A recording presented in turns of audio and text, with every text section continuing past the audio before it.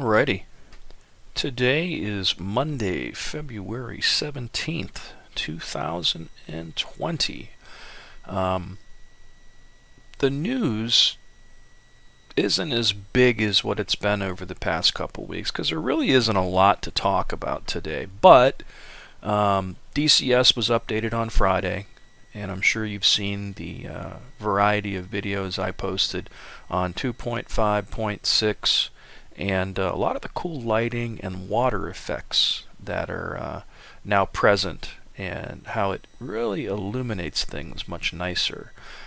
There has been, however, a variety of issues as well that people have been having. I don't use any mods for VR, but I guess with the new version, it broke some people's VR shader mods. I guess I don't use that, so it doesn't really affect me. And then I believe it broke a lot of people's ability to go online and play on multiplayer servers, because that was a big issue as well over the weekend that I kept reading about.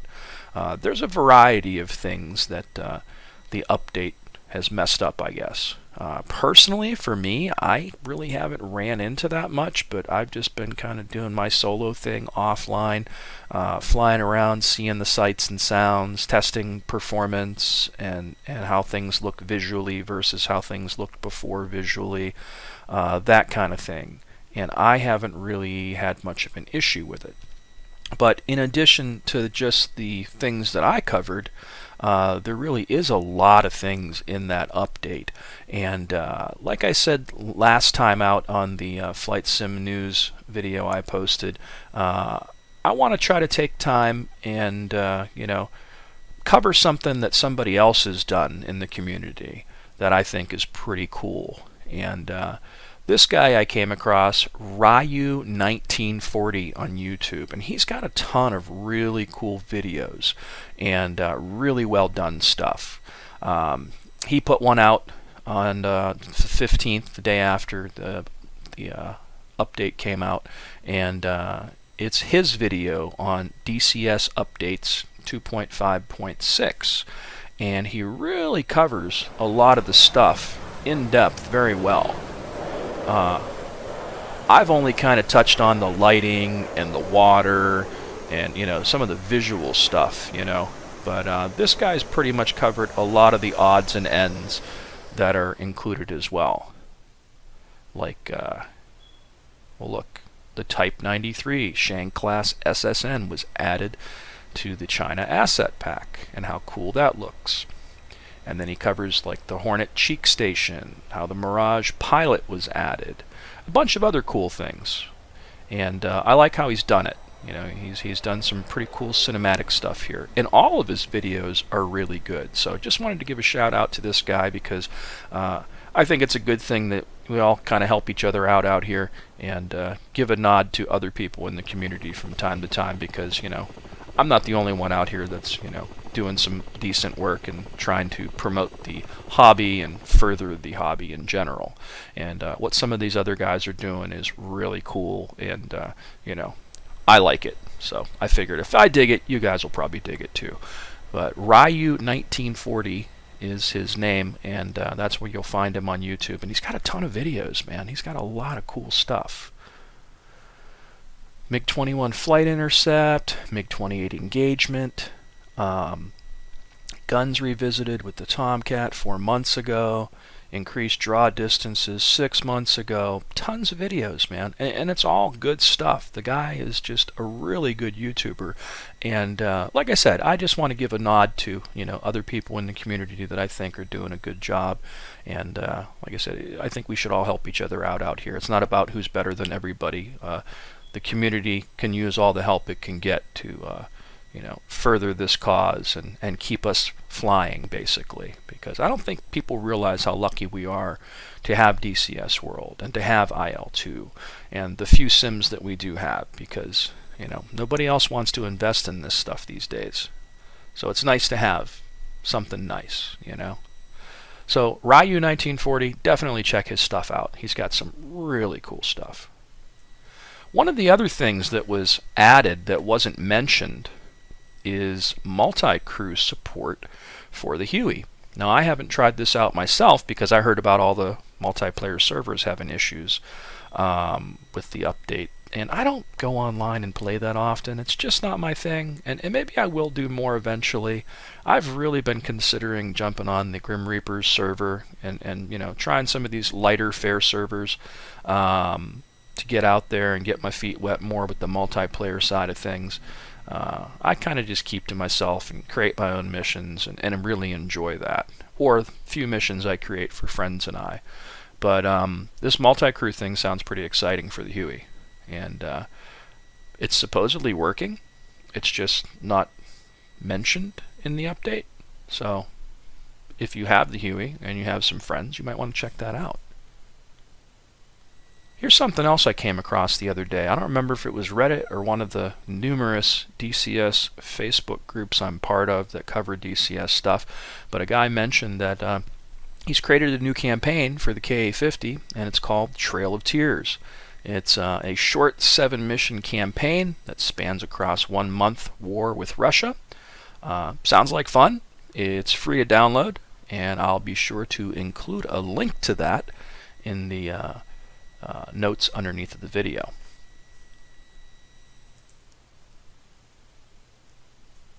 The guys over at IL2 Great Battles are at it again with their sales. Not a bad thing. And at the moment, this is the first time that Flying Circus has ever been on sale since it came out. Instead of $79.99, you can get it right now for $39.99, which is 50% off. I've been kind of tempted to jump into this. I kind of miss the playing Red Baron 3D, and what was the other one that these guys did? Rise of Flight. That one was kind of fun too. I haven't touched that in years as well. But I do remember Rise of Flight was a lot of fun, and these are the guys that brought Rise of Flight to life, that are doing IL2 right now.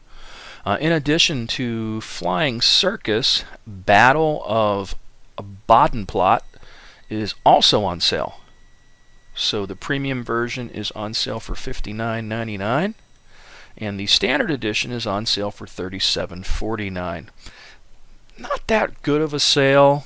I guess for the premium version, it's a decent deal. What's that, like $20 off? Yeah, $20 off. But this one's like what? Maybe a little over $10 off for the standard version. However, Battle of Moscow premium is $20. Standard is $12. So the rest of their stuff that they normally have on sale is reasonably priced at the moment. $12.49 for standard and $19.99 for premium. Battle of Kuban, Battle of Moscow, same thing, $20 or $12.50. Collector's Planes I think are like $5 off right now, which isn't the best sale.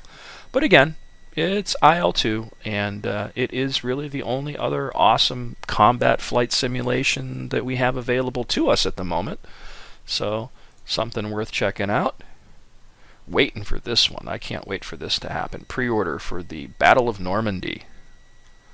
This one looks like it's going to be a lot of fun. But I don't know how long the sale's going. It doesn't say, but right now they are on sale, so give them a shot if you're looking for some World War II more fast-paced fun, and you really do get a lot more for your money in terms of World War II stuff in IL2 over DCS. I'm starting to like DCS more with the Warbird stuff, but it's just hard to deny the value that you get over in the IL2 camp. Okay, the guys at Virpil were posting last week something about a restock schedule, and I've seen some stuff about some new products from them. I believe there's a new, Constillation Alpha grips. Reviews have been posted for this, so it seems like they get them in the hands of specific few YouTubers that review this stuff way ahead of time to create hype for them, and then you go to their website and they're out of stock. So I'm guessing these are going to be available soon. They look pretty cool. Again, my thing is it's just a very expensive investment to get your hands on this stuff, because you've got to pre-order it or you don't get it. And I'm just not cool with hundreds of dollars giving away to somebody and then waiting a few months to get it. Or like this, like the new throttle. I've seen people talk about the new throttle. Well, it's out of stock.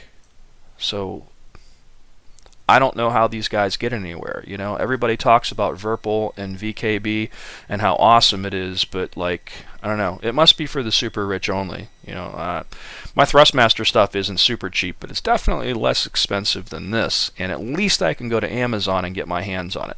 And I think that's my biggest gripe of Virpil and VKB in general, is the availability.